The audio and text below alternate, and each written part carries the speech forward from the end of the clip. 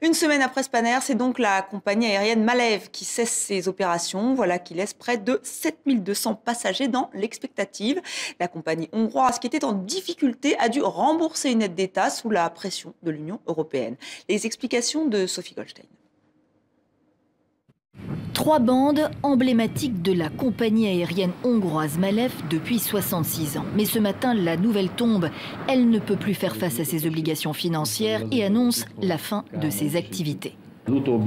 Ces dernières semaines, nos partenaires ont perdu confiance. Ils ont commencé à exiger d'être payés sans plus attendre, ce qui a accru les sorties de trésorerie. Notre situation est devenue intenable. Sans surprise, car 2012 avait très mal commencé pour la compagnie. L'Union européenne lui avait demandé de rembourser les aides publiques reçues ces 4 dernières années lors de sa privatisation puis de son retour dans le giron de l'État. Une aide préférentielle selon Bruxelles et indue au regard de la libre concurrence européenne. 130 millions d'euros à rembourser donc, l'équivalent de son chiffre d'affaires 2010.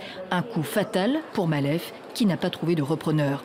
C'est une mauvaise nouvelle également pour les plus de 7000 passagers qui devaient voyager à bord de ces appareils ce vendredi et qui ont été pris de court.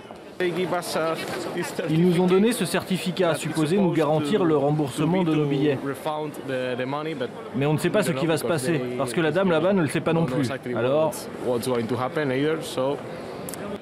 Se faire rembourser et surtout arriver à bon port le plus vite possible, pour eux, c'est la seule chose qui compte.